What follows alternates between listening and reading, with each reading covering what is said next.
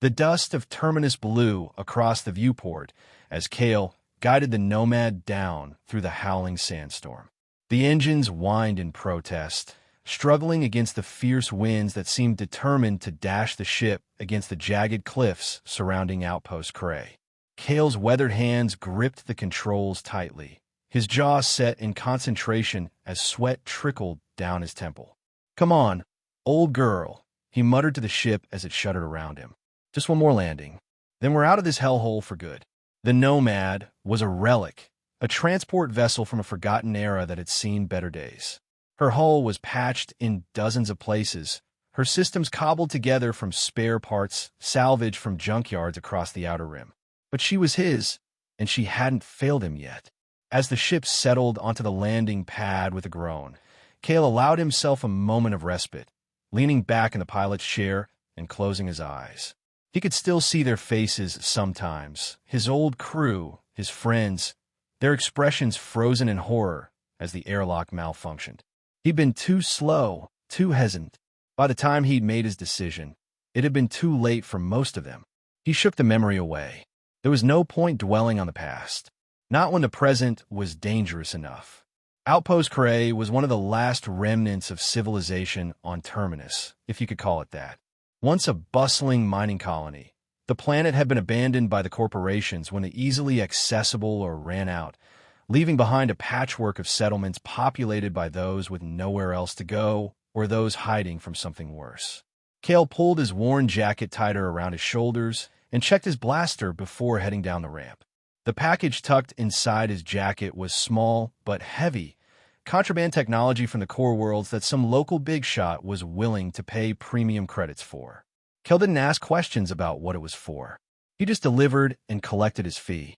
The sandstorm had temporarily abated, but the air still tasted of grit and desperation. The buildings of Outpost Cray were a haphazard collection of prefabricated units, repurposed mining equipment, and structures cobbled together from the hulls of abandoned spacecraft. Everything was coated in a layer of reddish-brown dust that seemed to permeate every crack and crevice. The streets were crowded with a diverse assortment of beings, humans and a dozen alien species, all with the same haunted look in their eyes. Danger and violence hung in the air like a physical presence. Cale moved through the throng with purpose, his hand never straying far from his blaster. His contact was waiting in a dimly lit bar called the Broken Tether. Jorvik was a heavy-set human with cybernetic implants visible at his temples. He nodded curtly as Cale approached and gestured to a seat across from him. "You're late," Jorvik said, his voice a low rumble. "Sandstorm," Cale replied. "Be grateful I made it all." Jorvik grunted. "You got the package?" Cale tapped his jacket. "You got my credits?" Before Jorvik could respond, a commotion outside drew their attention. The sound of jeering voices and the stomp of boots echoed through the thin walls. Jorvik frowned, then stood. "Come on," he said. "Lord Boar is holding court. Best not to miss it." "I don't care about local politics," Cale protested. "I just want to get paid and go." Jorvik's expression darkened. "Around here, what Lord Boar wants, everyone wants. Unless you're looking for trouble." Reluctantly, Cale followed Jorvik outside. A crowd had gathered at the central square, where the old mineral processing facility stood abandoned. At its center was an antiquated rail system once used to transport or from the mines to the refinery. The rails hummed with a faint blue energy, oddly active for a supposedly abandoned facility. And chained to those rails were two women. No, not women. Female aliens, distinct from any humans in the crowd. The first had skin the color of lavender twilight, with intricate patterns that seemed to shift subtly even as she remained perfectly still. Her eyes were deep and vast. Like looking into a nebula, stars seemed to burn within their depths. Despite her predicament, she held herself with a quiet dignity, her slender form composed and still. The second was a stark contrast. Her body was covered in scales that glittered emerald and jade in the harsh sunlight. Her eyes burned like magma, fierce and defiant. Her powerful form strained against the chains that bound her, muscles rippling beneath the scales as she snarled at her captors, revealing sharp teeth. Standing before them, surrounded by armed guards, was a tall figure Kale presumed to be Lord Boar. He was humanoid, but with unnaturally pale skin and eyes that reflected light like a predator's. His clothing was immaculate, a sharp contrast to the dusty squalor around him. "What's going on?" Kale whispered to Jorvik. "Justice. Terminus style," Jorvik replied, a strange gleam in his eye. Those two were caught stealing from Lord Boar supplies. Or spying. Or maybe they just looked at him wrong. Doesn't really matter here. As they watched, Boar gestured to one of his lieutenants, a scarred man with a plasma rifle slung across his back. The lieutenant grinned and moved through the crowd, scanning faces until, to Kale's horror, he stopped directly in front of him. "You," the lieutenant said, grabbing Kale's arm. "You knew. Perfect." Before Kale could react, he was being dragged forward through the crowd, shoved into the open space before the rail system. Boar regarded him with cold amusement. "Ah, an outsider," Boar said, his voice surprisingly cultured. "How fortunate. Today you get to administer terminus justice." The lieutenant forced a control device into Kale's hand. It was simple, just a single button. "The rails will activate in exactly 3 minutes," Boar explained. "An energy pulse will travel along them, incinerating anything in contact with the metal." He smiled thinly. "But you can press that button to divert the pulse to only one set of rails. You choose which one lives and which one dies." The crowd roared in approval, hungry for the spectacle. "I don't want any part of this," Kale said, trying to hand the device back. The lieutenant's plasma pistol pressed against his spine. "Not an option, Spacer." Kale looked at the two women. The lavender-skinned one met his gaze steadily, her eyes seeming to peer directly into his soul. The scaled warrior glared defiantly, but Kale could see the fear behind her rage. A memory flashed through his mind, his crew, trapped, looking to him for a decision that came too late. He'd sworn never to be put in that position again. Yet here he was. The timer on the rail system began to count down. 2 minutes and 45 seconds. Kale's mind raced. He saw the guards positioned around the perimeter, the lieutenant behind him. He noted the control panel for the rail system, old but functional. Most importantly, he saw that the chains binding the women to the rails were standard mining restraints with predictable weak points. "You want a choice?" Kale said loudly. "Here's my choice." In one fluid motion, he drew his blaster and fired, not at the guards but at the rail system control panel. Sparks flew as the ancient electronics shorted out.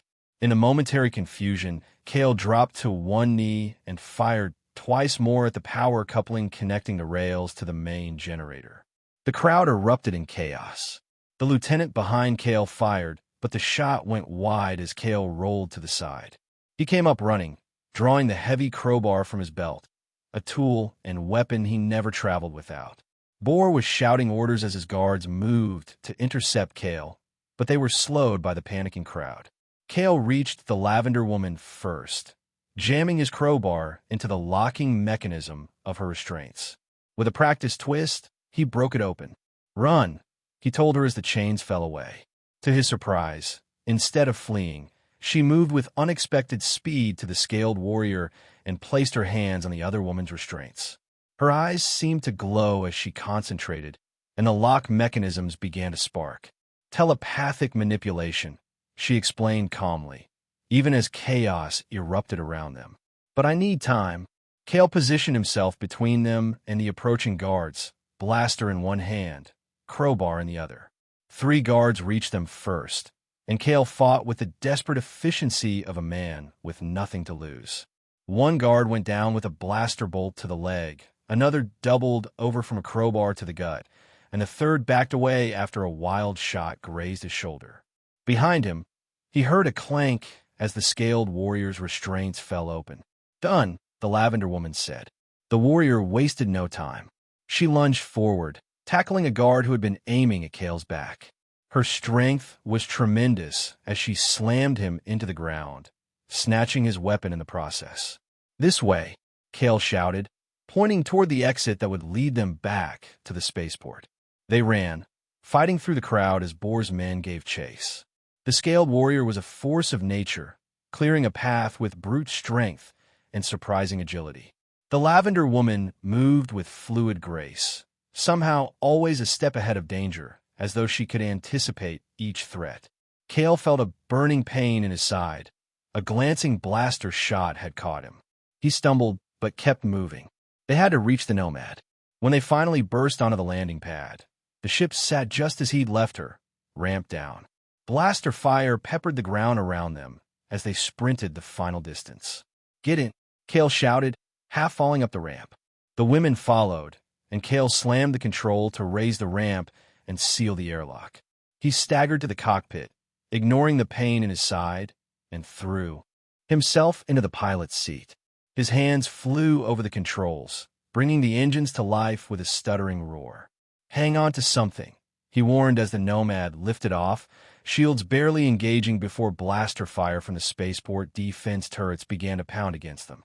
Cale pushed the ship hard, skimming low over the settlement before angling up toward the atmosphere. Only when they broke through the upper layers of Terminus's toxic clouds did he allow himself to breathe. It was then that he became acutely aware of the two alien women standing in his cockpit, staring at him with very different expressions. The scaled warrior's gaze was suspicious, her posture tense and ready for conflict. The lavender woman studied him with calm curiosity, her head slightly tilted. The realization of what he'd just done hit Cale like a meteor strike. He'd made enemies of the most powerful warlord on Terminus, and likely had a bounty on his head already. And for what? Two strangers who were now his responsibility. That, he said to no one in particular, was incredibly stupid. The lavender woman's lips curved into a small smile. Perhaps, but it was also remarkably brave. The warrior snorted, or remarkably foolish. "The question is, what do you want from us now, human?" Cale sighed and set the ship on a course that would keep them in Terminus's orbit, but out of immediate detection range. Then he turned to face them properly. "I don't want anything. I just couldn't stand by and watch that happen." He paused, then added, "I'm Cale. This is my ship, the Nomad. I am Lyra," the lavender woman said with a slight bow of her head. "Of the Asterian Collective." The warrior crossed her arms. "Vorla, of the Circuith clan." Her eyes narrowed. "And I don't believe for a moment that you rescued us out of pure altruism." Cale was about to respond when warning lights flashed across his console. "We can debate my motivations later. Right now, we've got company." Two pursuit vessels had launched from the spaceport, small but fast ships designed for atmosphere and short-range space travel. They were closing in rapidly. "They're not going to let us go without a fight," Cale muttered, checking his weapons systems. The Nomad had decent shields, but limited offensive capabilities, enough to discourage most pirates, but not enough for a prolonged engagement.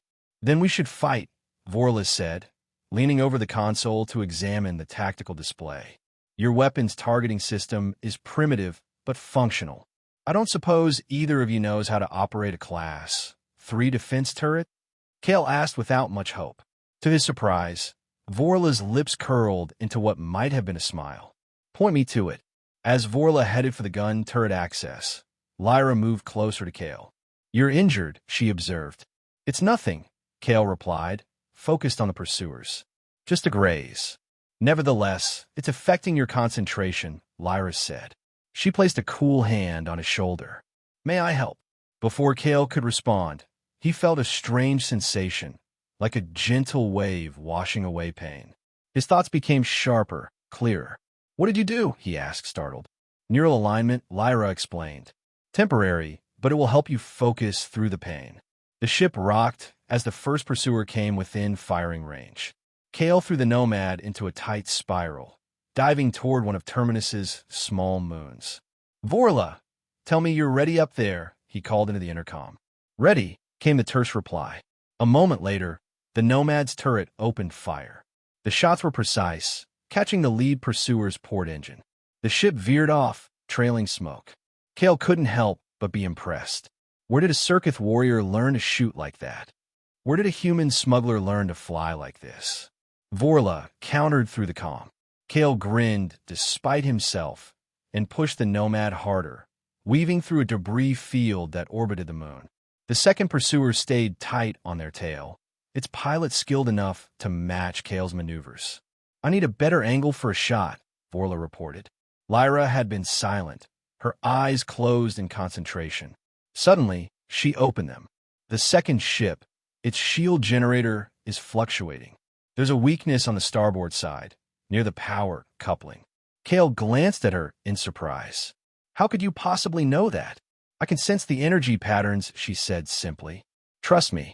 Against his better judgment, Kale did.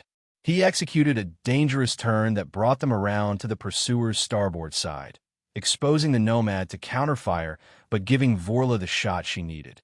The turret fired 3 rapid bursts. The first 2 impacted the shields where Lyra had indicated, causing them to flicker and fail. The third shot struck the hull directly, and the pursuer's engines died. The ship didn't explode, but it was clearly disabled, drifting helplessly. Huh! Vorla's triumphant shout echoed through the calm. Your enemies fall like dust in the wind. Kale didn't waste time celebrating. He plotted a course away from Terminus, pushing the engines as hard as he dared. Only when they were safely beyond immediate pursuit did he allow himself to relax slightly. The adrenaline fading, the pain in his side returned with a vengeance. Kale winced as he stood from the pilot's chair. We're safe for now, but not for long. We won't give up easily. Vorla returned from the turret, her scales gleaming with exertion. Then drop us at the nearest outpost and be done with us. It's not that simple, Lyra said quietly. She looked at Kale with those nebula eyes. You've initiated something by saving both our lives in that moment of crisis. Kale frowned. What are you talking about? The Triad bond, Lyra explained. It's rare, but recognized across many cultures in the galaxy.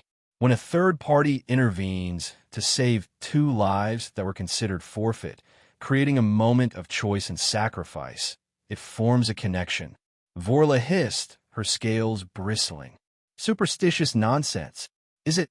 Lyra challenged. Can you not feel it already? The awareness of his presence, even when not looking at him. The sense of his pain. Kale noticed Vorla's eyes flick to his wounded side, and her expression flickered with something like concern before hardening again. I don't believe in mystical bonds, Kale said firmly. And right now, we have more immediate problems. He gestured to the console, where an alert was flashing. Bohr has put a bounty on all our heads. Every bounty hunter in the sector will be looking for us. As if to punctuate his point, long-range sensors detected 3 ships changing course to intercept them. Vorla growled, Your ship is damaged. We cannot outrun them all. Kale studied the navigational charts. There's an asteroid belt orbiting the gas giant in this system. We might be able to lose them there, maybe find somewhere to hide and make repairs. A logical course of action, Lyra agreed, though I sense danger. There's danger everywhere now, Kale muttered, setting the new course. The Nomad limped toward the asteroid belt, her engines straining from the earlier maneuvers. The damage from the pursuit was worse than Kale had initially thought. As they reached the outer asteroids, warning lights flashed across the console. Engine overheating, Kale announced grimly. We're going to have to set down somewhere. On an asteroid? Vorla asked incredulously. Some of these are large enough to have mass-generated atmospheres, Lyra observed, studying the sensor readings. There, that one has breathable air, though thin. Kale had no choice. With the bounty hunters closing in and the Nomad on the verge of a catastrophic engine failure, he guided the ship toward the asteroid Lyra had indicated. It was massive for an asteroid, almost small moon-sized, its surface cratered and barren. The landing was rough. The Nomad skidded across the rocky surface before coming to rest in a deep crater, shielded from orbital scans by the high walls. Warning klaxons blared throughout the ship as systems shut down to prevent further damage. Everyone okay? Kale called out, unbuckling from his seat. The pain in his side had worsened, and he could feel warm blood soaking his shirt. Vorla had braced herself against the bulkhead and seemed unharmed. Lyra had been thrown from her seat, but was picking herself up, appearing dazed but not injured. We need to assess the damage, Kale said, making his way toward the engine room. His vision swam, and he stumbled. Vorla caught him before he fell, her scaled hand strong and surprisingly gentle. "You're worse than you admitted," she accused. "I've had worse," Kale said, though in truth, he wasn't sure that was accurate. The blaster wound had opened further in the landing. "Sit," Lyra commanded, her tone brooking no argument. "I need to examine your wound properly."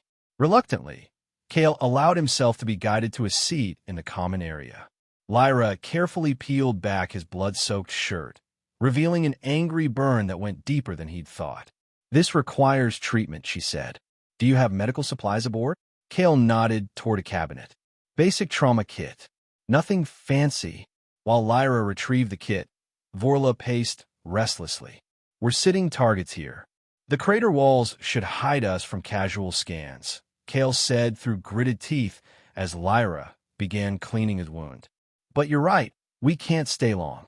Lyra worked efficiently, applying antiseptic and a healing gel from the kit.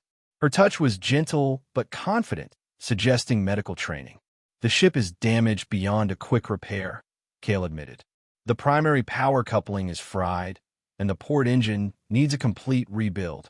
So we're trapped," Vorla concluded, her voice bitter. "Not necessarily," Kale said. "I've been scanning the asteroid. There's something artificial here, some kind of structure buried beneath the surface about half a kilometer from our position. Might be an old mining outpost or research station." Lyra finished bandaging Kale's side. "If so, it might contain supplies or parts we could use." "Or other people who want us dead," Vorla added grimly. "The readings show no active power signatures," Kale said. "Whatever it is, it's been abandoned for some time." He stood carefully testing his bandaged side. It hurt, but Lyra's treatment had helped considerably. "We should check it out." After gathering essential supplies and weapons, they sealed the Nomad and ventured out onto the asteroid surface. The gravity was light, about a third of standard, making movement strange but not difficult. The air was thin but breathable, as Lyra had predicted. They made their way across the barren landscape, keeping to the shadows of craters and rock formations in case the bounty hunters had already entered the asteroid field. Kale led the way, following the readings on his portable scanner. "There," he said after about 20 minutes of walking. He pointed to what appeared to be a simple rock formation, but contained a straight line too perfect to be natural. "That's an airlock door."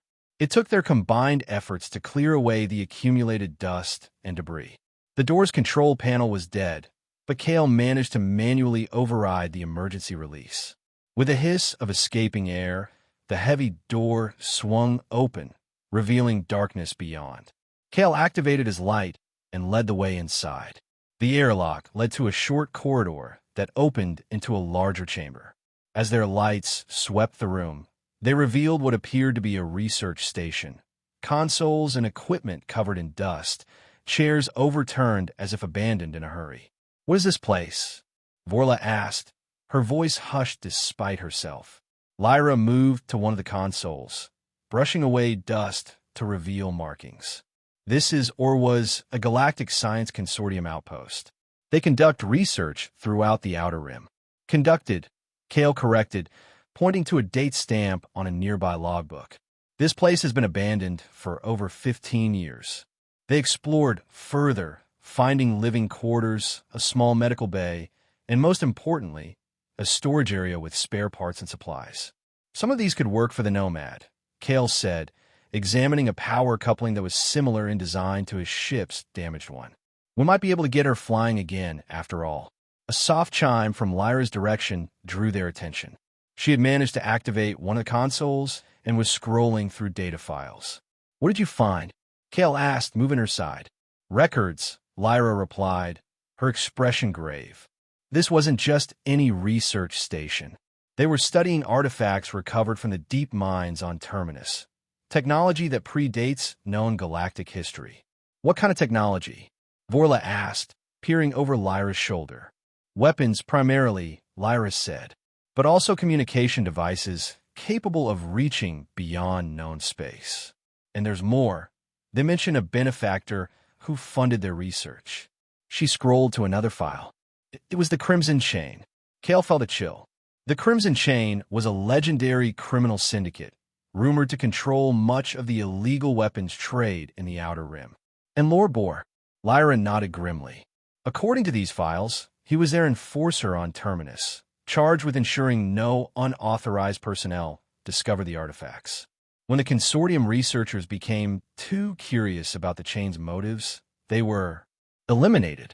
So we're not just running from a local warlord, Vorla said, her scales darkening with anger or fear. Kale couldn't tell which. We're up against the Crimson Chain. It explains why Boar was so quick to put such a high bounty on us, Kale mused. He's afraid we might have learned something. Further exploration of the station revealed a hydroponics bay that, remarkably, still contained some edible plants and a water recycling system that was functional with minimal repairs. It wasn't comfortable, but it was survivable. We could hide here while we repair the ship, Kale suggested as they gathered back in the main chamber. Might take a week or two with what we have to work with, but it's doable. Vorla nodded reluctantly. It seems we have little choice. That night, after they had set up temporary living spaces in the station, Kale found himself unable to sleep. The pain in his side had subsided to a dull throb, but his mind was racing with the implications of everything they'd learned. He wandered to the station's small observation dome, a transparent structure that provided a view of the star-studded void above. To his surprise, Lyra was already there, her lavender skin almost luminous in the starlight. Couldn't sleep either? He asked, joining her at the viewport. My species requires less rest than humans, she explained. And my mind is unsettled. Kale nodded. That makes two of us. They stood in silence for a moment, watching as a distant comet streaked across the void. The triad bond you mentioned, Kale said finally. What exactly is it? Lyra turned to face him, her nebula eyes reflecting the stars outside. It's a connection that forms in moments of crisis and choice.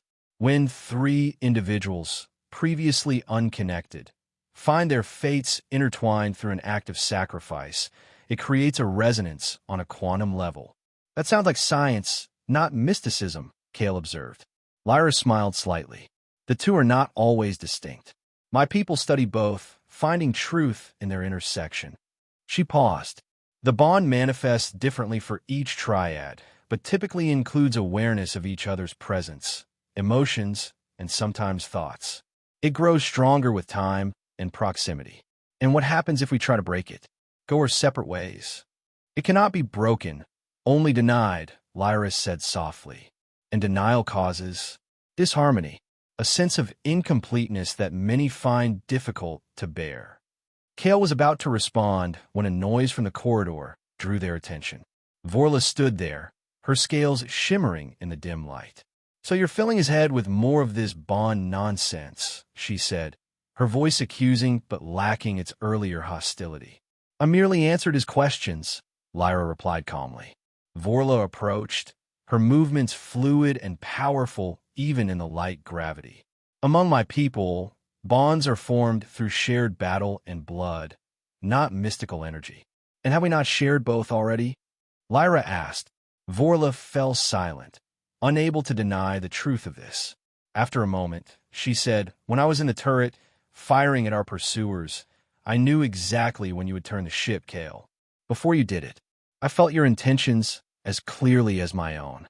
Kale remembered the perfect coordination they'd achieved during the battle, how both women had seemed to anticipate his moves and complement them without verbal communication.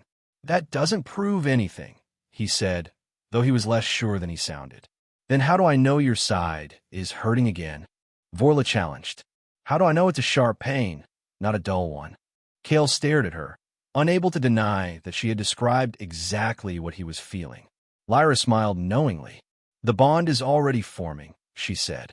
We can resist it, or we can explore its potential. To what end? Kale asked.